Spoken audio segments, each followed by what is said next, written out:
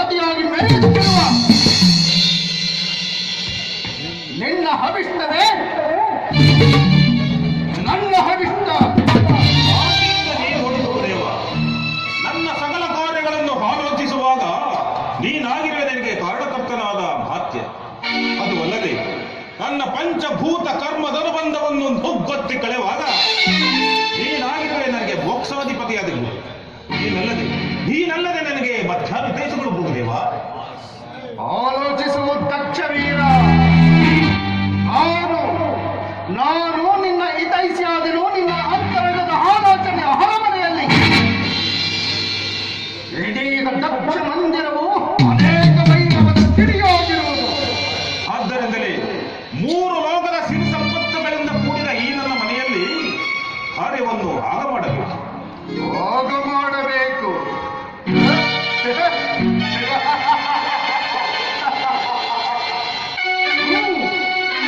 ನೆರವೇರಿಸು ನಿನ್ನ ಸುತೆಯರ ಕಲ್ಯಾಣವನ್ನು.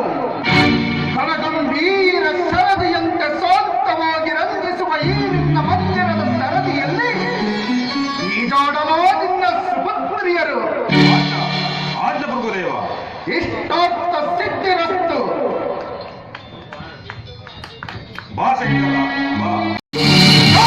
ಯಾರಿಗೆ ಕೃತಜ್ಞತೆ?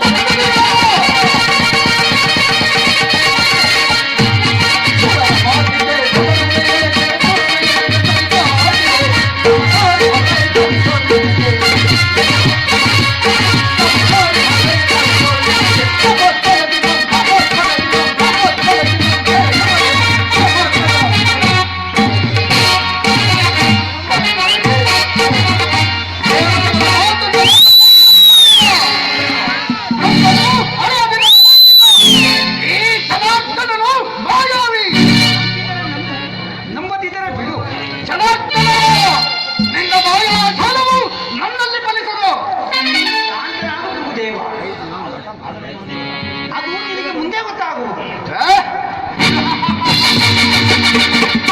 ಈ ಮೃಗವೀರನಿಗೆ ದೇವತೆಗಳಿಂದ ಗೊತ್ತಾಗುವ ಕಾರ್ಯ ಬಂದಿಲ್ಲ. ಈ ದಟ್ಟ ಲೋಕದಲ್ಲಿ ದೇವನಾರಿಯರು ದಕ್ಷ ಜೊತೆ ವಿವಾಹಕ್ಕೆ ಬಯಸುತ್ತಿರುವರು. ಎಲ್ಲರೂ ಶಾಂತಿ